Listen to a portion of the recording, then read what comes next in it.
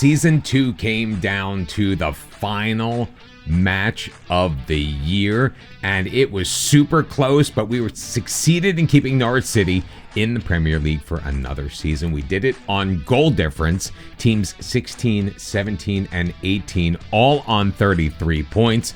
We were 1 goal behind Bournemouth in 16th, 1 goal ahead of Brighton in 18th, but it doesn't matter.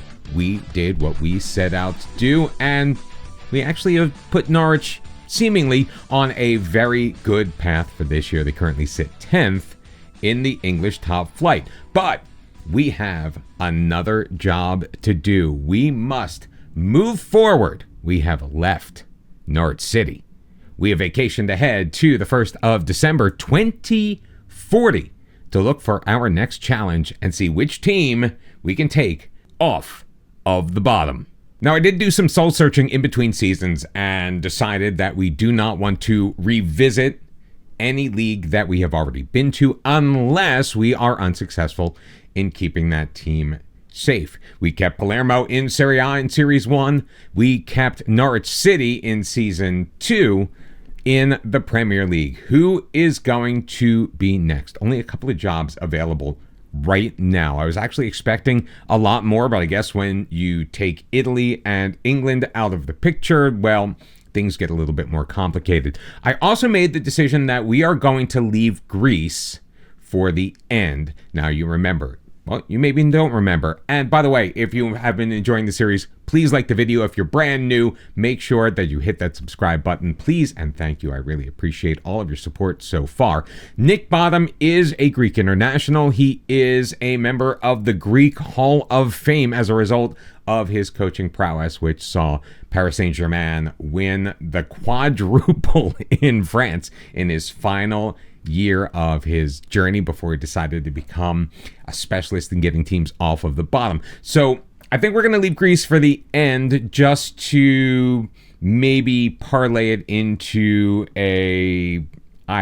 taking a team literally not only off of the bottom, but straight back to the top when we're done. Haven't decided about that. So there are 2 jobs that are currently available in Nick Bottom's quest to save yet another team. There is KV Kortrijk. I hope I'm pronouncing that correctly. They are currently sitting 15th out of 16 in the Jupiler Pro League. Right now, it's Abdel Hakim Laref doing caretaker duties, the Algerian national. They were predicted to finish 11th, so they are underperforming just a little bit. And then there is the team that you may remember from the very beginning of the FM24 cycle. We managed, it wasn't Nick Bottom, it was somebody else, but we managed Malaga. We took them over in the 3rd tier of Spain, ultimately not only winning the La Liga title, but also the UEFA Champions League as well.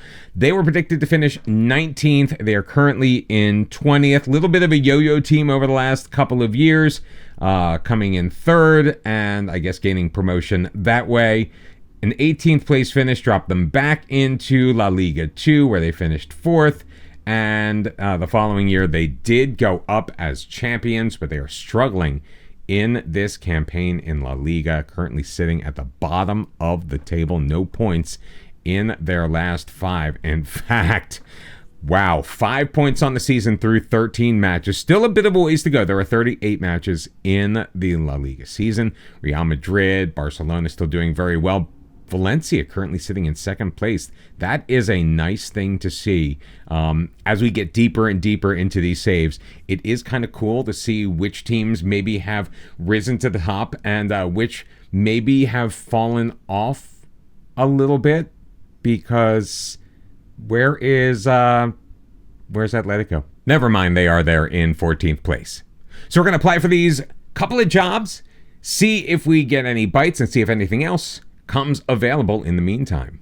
Now, that being said, it doesn't mean that there will not be other opportunities coming up, and potentially very shortly. All 3 teams in the relegation zone in La Liga either are looking for a manager or probably will be pretty soon, as the Elche and Espanyol jobs are both insecure at the moment. Vitesse in the Eredivisie is looking pretty shaky as well. No other jobs really coming available in League on, so maybe it's not the time for us to make our way into France, but we are going to keep our eye on everything, keep our ear to the ground, and we've got our CV polished up and ready to go. One of the mental challenges for me as a content creator in a save like this is you see a job pop up and you go, ooh, that would be cool. And then you realize that because they're not in the relegation zone, you can't touch them. Toulouse just fired their manager, but they sit 13th, 15 points out of 15 matches. Now, if Montpellier, if Saint-Etienne came available, then we could talk. I did notice, though, that we are not only the favorites for the job at Malaga, we are massive favorites. 1-4 is the line set by the odds makers. Are they right? Who knows? Oh, well, there's even a news story to that effect. A Malaga supporter spokesman admitted that Nick Bottom is among their leading candidates for the manager job. Now, it's the 5th of December, and I was thinking to myself that I was a little disheartened that, we haven't heard from anybody yet, because remember last season, so it was like a week and a half ago at this point, last season, by the 3rd, we were offered job interviews left, right, and center. But we have been offered the interview at KV Kortrijk. I'm expecting fairly standard fare for this, as we have seen before. Managerial appointments give me a wide range of experience. I've been waiting for the right opportunity, which is why I've been out of the game. Why am I willing to drop down? Doesn't really make a difference. All we want to do is succeed. Why am I in the running for a few jobs? Because I won the frickin' Champions League. I am in the Greek Football Hall of Fame. Why would I not be in the running for these jobs? I'm just exploring my options. I've been embroiled in media controversies. We know that was the exception rather than the rule. Whether that's true or not, it's just the way we answer the question. I would be potentially replacing someone who is very much liked by our fans. Fans always love me. Fans adore me. I have groupies. Can I assure them that the players, I'm not going to have problems securing the backing of my players? Yep, I can do that. I consider myself a strong motivator and a leader. Not sure about working with your director of football. Whatever you want me to do, I'm sure seems fine. That is avoiding relegation. We will agree to that. I will do my best to avoid the drop of whatever money you give me, and I am fine with everything. And of course, as always, the press trying to stir up some crap. I've resigned once again. Can I explain why I keep doing so? I accept it looks bad from the outside. I have legitimate reasons on each time. Am I open to dropping down leagues? I haven't really thought about it. Get out of my face. In retrospect, I probably should have never picked up the phone. Now, one would think, since we were heavy favorites for the job at Malaga, and they've played 3 games since they sacked their manager, you would think they would be in a little bit more of a hurry to get themselves off of the bottom of the table. Now, Martí Creus, in the caretaker's job, has won a match for them. However, that must have been a 1-0 victory because they just have the single goal for, so they failed to score in their other 2 matches. They need our help. Now, Elche has also become available. They just fired their manager. Jose Manuel Sevillano is going to be taking over in the interim. They also stink.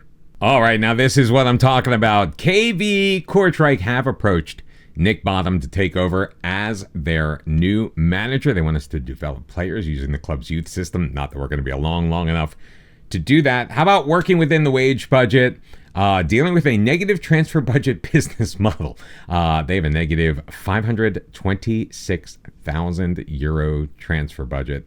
And all they want us to do is avoid finishing on the bottom, which it's the whole point of the save. We did delay the decision because, we do have a couple of job opportunity possibilities coming up in Spain. Elche, Malaga, we are favored for both. So let's kind of put mommy against daddy and see where we end up. And now all 3 teams in the relegation zone in La Liga, plus the one in 17th place as well. Now we can't apply for that job. But Elche, Villarreal, Las Palmas, Espanyol, Malaga, 1/4 of La Liga is currently managerless. We've already applied for Lecce and Malaga. We are going to throw our hat into the ring for Espanyol.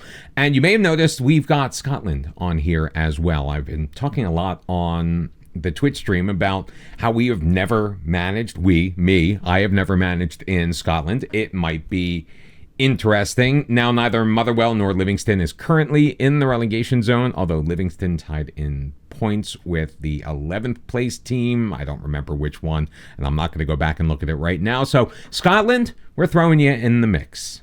We finally were granted a job interview with Malaga, and this looks like a very tasty opportunity. Now, I really don't want to go back to where we already were. It looks like they did manage to score a goal in their last match, but have now lost 3 of their last 4. But they have $36 million in the transfer budget, and the January window is just about to open. Maybe we could do big things at La Rosaleda if given the chance. A couple of more job interviews under our belt. Elche came and we spoke to them, as well as Villarreal. Now, I didn't realize until we were in the middle of the interview, and sometimes when you agree to their vision of the future and they ask you if you maybe would consider exceeding their expectations, and I noticed that all of the options involved European play, and I'm like, wait, why is a team that is like struggling against relegation still expecting European football? And then I realized that Villarreal is currently in 10th in La Liga. I guess I should have paid a little bit more attention before I accepted the appointment for the interview. But if we do somehow get the job, again, we're odds-on favorite for a lot of jobs in Spain, I have noticed. If they do offer us the job, we will completely walk away from that one. Obviously, we want to stay within the spirit of the series. They approached us for the interview. We did not actually apply for the job, so I wasn't trying to break the rules. We did very briefly think we had a chance at maybe adding France into our possibilities as Valenciennes, the job came available. They're currently 17th in Ligue 1. However, as soon as we applied, they said, yeah, we're pretty much done. It's over. So we missed our chance. Well, it looks like we're going to have at least 3 jobs to choose from, as Elche and Malaga have both requested changes that we would make to the backroom staff. Now, Elche has a ton of highly talented staff members, and this guy as their director of football. Mauro Abolo, if I don't fire anybody else when I come in, I'm firing you. When you are applying for a job, do not promise to commit to work with their director of football. In both cases, that was the first position that I eliminated. I'm going to hire a DOF because I like having that extra level of advice and a little bit of a safety net, especially when we're trying to bring players in a very short period of time.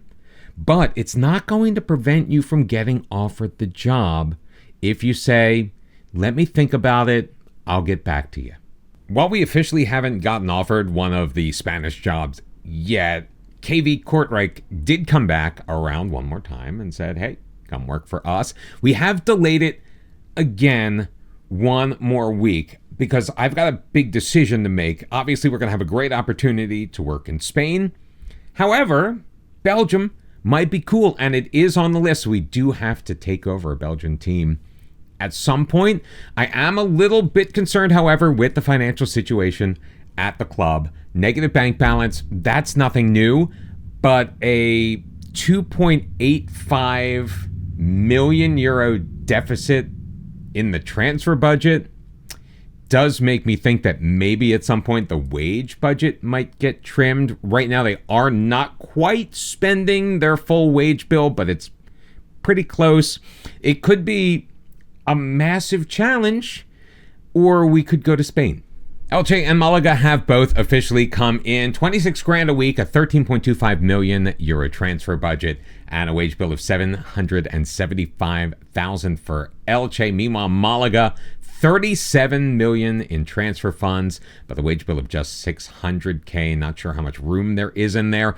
They're offering the same amount of money. We are going to delay both jobs because, well, I have a big decision to make, and it's not one to take lightly. Villarreal did come back to us asking us for backroom changes, which, of course, we didn't make at that time. We completely withdrew our interest in the job because Under normal circumstances, again, maybe, but with them sitting mid-table, it would have been the challenge, but not the challenge we are looking for to get a team off of the bottom. So they gave the job instead to Vincent Kompany, which I think is not the first time we have lost out on a job to Kompany. I don't think it was in this series. It was probably on the Twitch save, which you should probably check out. I believe there's a link in the description below this video. We're doing the European Journeyman. We're having a great time because there's a ton of time to fill before FM20 whatever. So, you know what? Let's make the most of it and just enjoy the ride.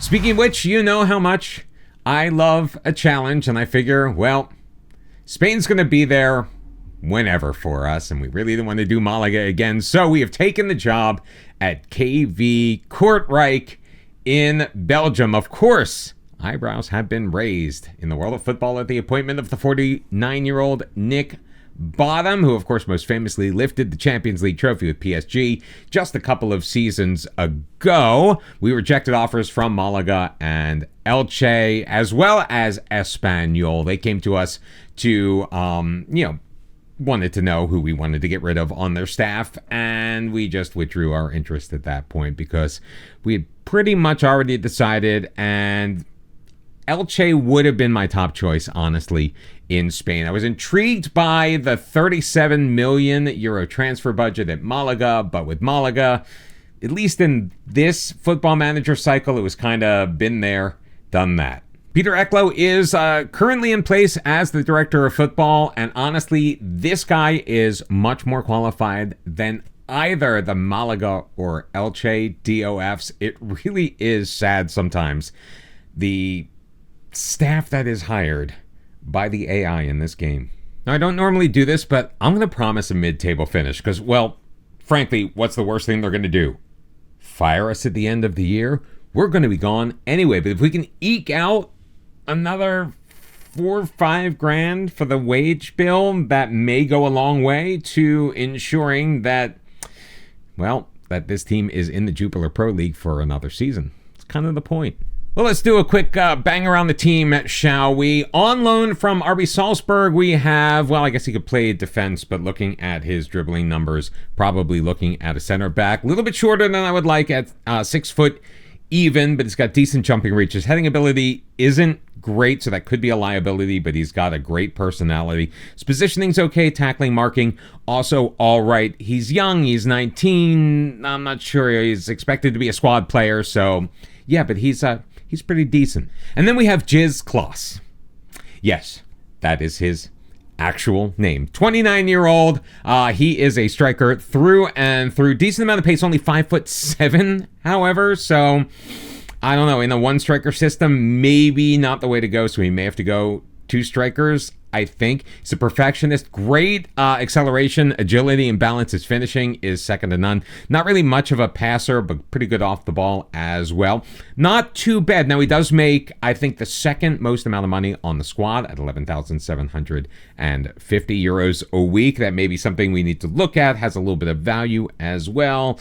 I mean, selling players would just reduce our debt and really wouldn't give us anything else. So I don't know if that's really the tactic that we want to take in order to keep this team alive. Speaking of highly played, we have Leandro Garnier, 31 years old, Belgian-Argentinian dual national. Again, what is it with the defenders with the crappy heading ability? Can play left back, but there's no way I would ever put him there. A little bit taller than Ballerina at 6'2". He's got decent pace. His jumping reach is okay. Basically, he's a decent looking player, does not love the big matches though, but he is consistent. But 13 grand 750 a week, that is a lot of scratch, but he is deemed not for sale. All right, this is a little more like it as far as wingbacks are concerned. Leandro Santos, Portuguese-Belgian dual national, 32 years old, so he's a bit long in the tooth. Don't love his passing ability, but at least he can dribble. He's got kind of mediocre pace. I like the acceleration, however. The best of a not great-looking bunch, to be honest, at the position, so probably going to earn himself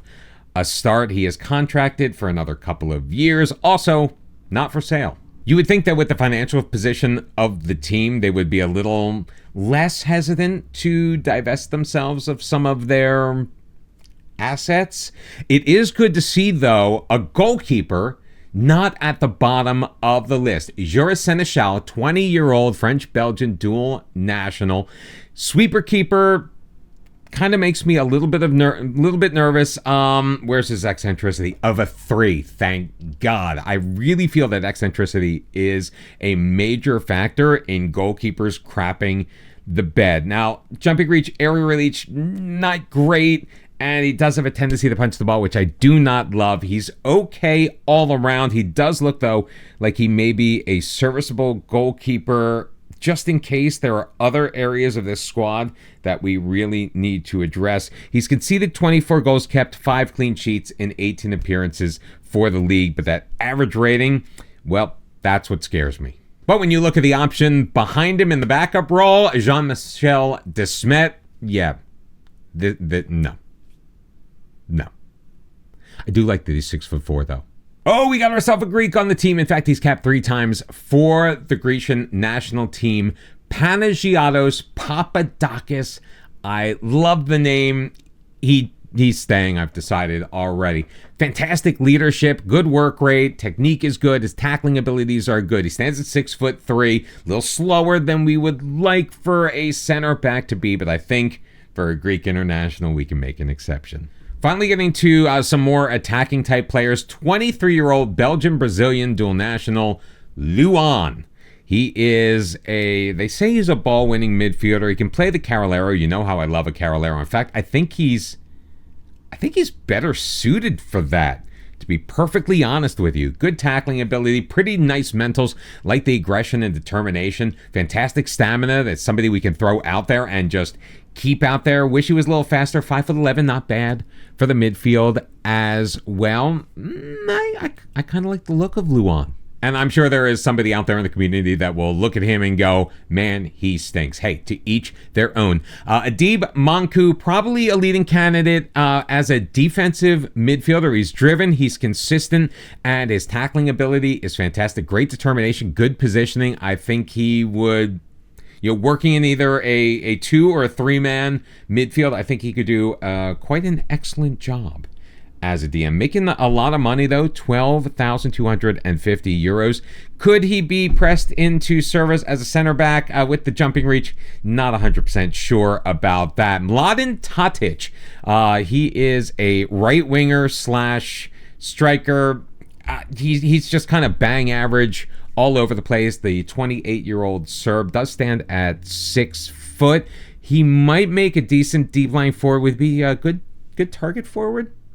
I've been liking me a target for it. The 11 jumping reach, though, not sure about that. We do like our diminutive strikers, however. 17-year-old Spanish-Belgian dual national. Everyone's got Belgian nationality. This is fantastic. Jesus Alonso, not as quick as Klaas, but he's got tremendous technique, his finishing ability, great determination and bravery. I think he could get bedded in. Potentially, as now that I'm looking at it as a 10, I'm getting an idea of how we might want to go tactically with this team, but we will continue to look through. There is Venderson, 23 years old, Italian-Brazilian dual national. He's okay. He stands at 6 foot.